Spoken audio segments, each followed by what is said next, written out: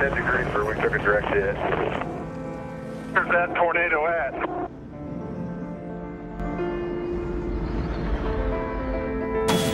Wait! Where at? Your back? Yes. He goes weight on his back. Hang on, we're gonna push it out of the way off the side. Run! It's getting heavier on him. Run! Careful, careful. Run!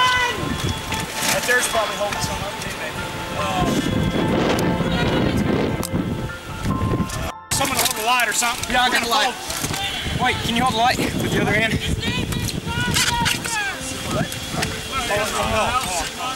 I want more guys over on that side so I can pick it off. All right.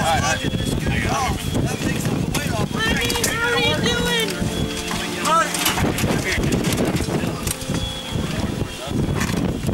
Yeah. Start that. Yeah. Let's make sure we got a clear pass so we can get out. You ready? Ready?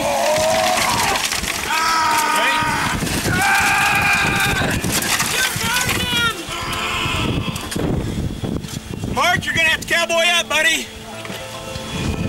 We're doing what we can do. Ready?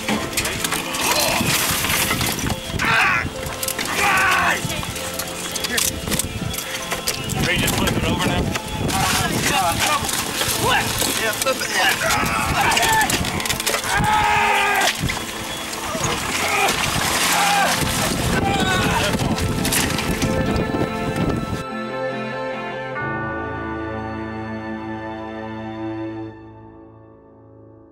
There were no first responders in Greensburg when we got in there on the west edge. So you were first in before the help came from Dodge and everybody else. Darren Bruin, myself, Mikey, and Eric Duncan were the very first people on the scene. There were so many things that just kind of fell together. Where triage set up was the old Dillon store. That's where the ambulances set up. The lights throughout town, there was nothing. There was houses destroyed, no trees, so you could see from one end of town to the other. That's how people knew where to go, because they seen all the emergency lights. So everybody just started congregating towards the middle of town. As we could already see, there were lights on the highway. Although the entire town was black, we could tell there were vehicles down there with lights. So we began making our way down, and it was very disorienting. It's just 5 blocks to the highway. We got disoriented in that 5 blocks, although it was only a straight shot, because all of the landmarks were gone. All the homes were so destroyed that you couldn't really tell where you were. A young lady and a gentleman were walking aimlessly down 400 highway, past me. And the guy is bleeding from the head. And I remember saying, "You guys okay?" And he looks at me and says, "Yeah, we're just heading to the center of town." They have no idea where they're at. Right. They don't know what the hell has happened. They have no clue. And this is where, unfortunately, the team broke down. And it, broke down on me because my role has now switched. It's all about rescue and recovery at this point. It's not about news gathering. You're done. And it's time to do the humane thing and get involved. I'd never been there, though. I'd never been, and I didn't have that history. I see a man and a woman standing there, and I just started talking to them.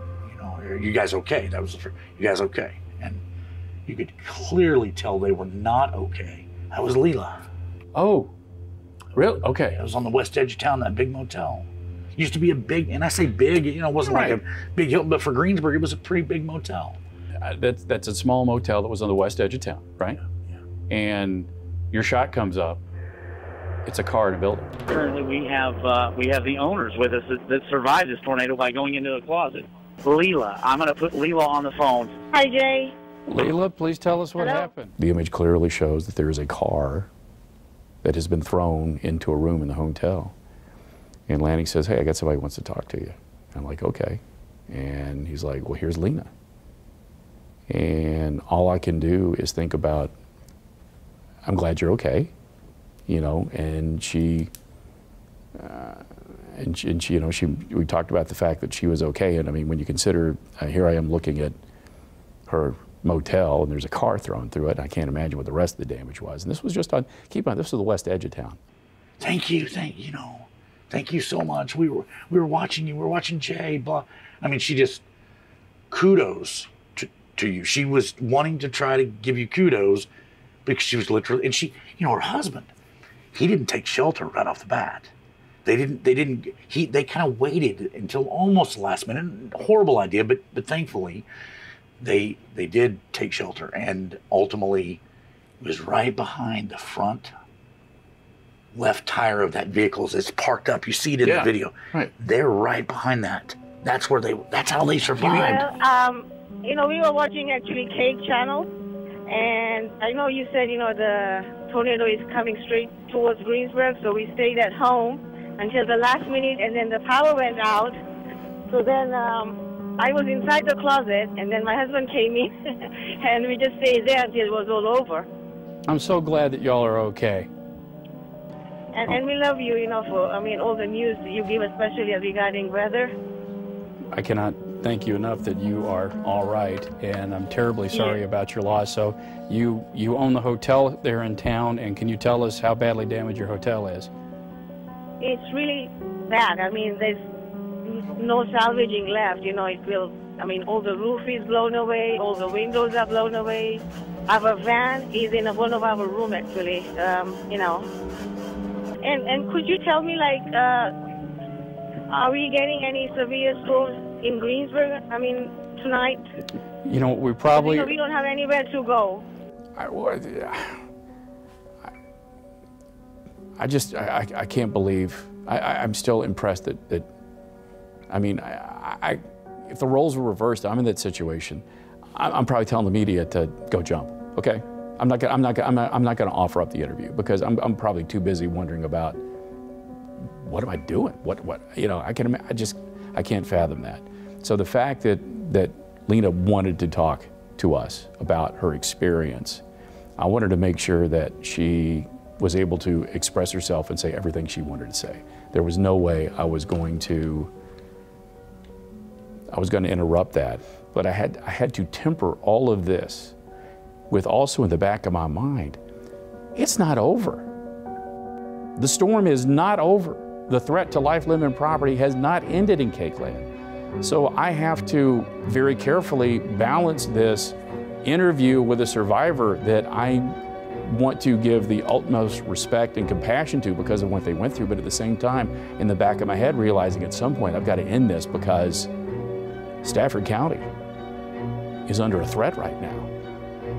Between you and Pratt is okay. The severe thunderstorm that is probably still producing a tornado, unfortunately, is bearing down on St. John as we speak, and there may be another tornado there in St. John right now, but it's okay over in Pratt. Jay, when you said that this one is really bad, you guys need to be in shelter? Yes. That's the exact moment I went in the closet. Mikey and I split off from Eric Duncan and went to the first house. People were they were digging. At this point, we saw flashlights and you could hear people. And I said, hey, are you guys okay? And no, there's a lady in here. And we thought that we would help. And we got down to her. Her leg was about half severed off. I know you saw a lot that night. And I understand you're comfortable sharing some things and not others, and that's perfectly fine, dude. I get it, because you saw things that you weren't planning on seeing earlier in the day. So it's one of those things when you moved in, you're like, okay, where am I going to go in case of a tornado? You thought that very quickly. And every place I've ever lived, I've always said, okay, where's our shelter? It was a few days before I went out there. Plus, I'm the kind of person where I don't want to interfere with. I don't want to get in anybody's way of recovery at all. It's not about me, trying to get out there and it's not about me. It's about those that survived Greensburg. And emergency management's there, relief is there, all the people are there in order to support and help their recovery. You know, you have to remember I've covered a lot of tornado damage over the years. So what I saw wasn't necessarily like, wow, because I'd seen it before, but the wow factor was the entire town was gone, leveled. It just looks like somebody's trash. Even though you know this is your home and this is all your possessions, it just looks like so much trash, and you're picking through all that, trying to find anything that might be salvageable. Our house literally was gone. Seeing the house the first time was super hard. You kind of just doesn't look the same anymore. But even from the get-go, we were already starting to kind of, there was tears obviously, but again, you kind of just pick up and keep moving. So like, what else can you do? You can't just break down and stop. I remember Mom just kind of encouraging us to just go grab clothes, grab whatever. I had a special bunny from when I was little I've always kept, and so got him, got out with that. So that was awesome to have that from, it's been my whole life I've had that. So it was little things like that. Our souls are broke, but we are here and we're still alive. And I thank God for that. My mom would talk about that. She knew of some people that it hit them really hard, and they dwelled, it was years that they were still upset by it, that they still were struggling with it, still really negative about the whole thing. And I remember her just kind of telling us, like, you can't live that way. Like, you have to move forward. You can't let that ruin your whole life. That was one event, one time. Like, we got to keep going. I have to work pretty hard to like remember what certain things looked like, because now when I go back, like, I'm used to seeing like that's where that building is now, and then you go by some streets and you're like, oh, that's where like our house was, like, oh, that's where the hospital used to be. I wish it could have come back much better than what it did, but we were in a tough time back then. I think we were in somewhat of a depression. I mean, I love living where I live. It's just I wished it could have come back a little bit more. Sometimes people will come into Greensburg, if they haven't seen it for a while or have never seen it since the rebuild, they'll say, oh, what a pitiful town. We don't look at it that way. This is home. And for many people, they have roots here. This is where they grew up. While technically rebuilding has pretty much come to a standstill, as far as I know, I'm here for the long haul, and we'll see what that means. It's home.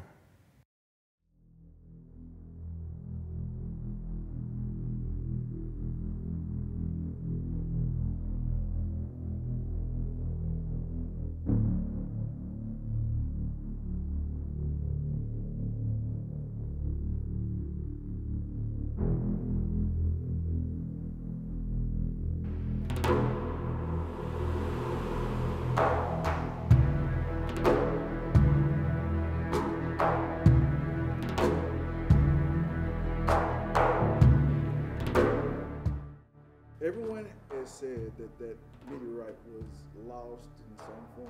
It was. She said it wasn't. She said it's a myth. Well, okay. There was well, there's a media report that the Palisite meteorite was missing. But no offense, it's a big, heavy rock. And so we knew it wouldn't go far. I think it was just covered under some of the other debris from the tornado, and then they uncovered the debris, and hey, there it is.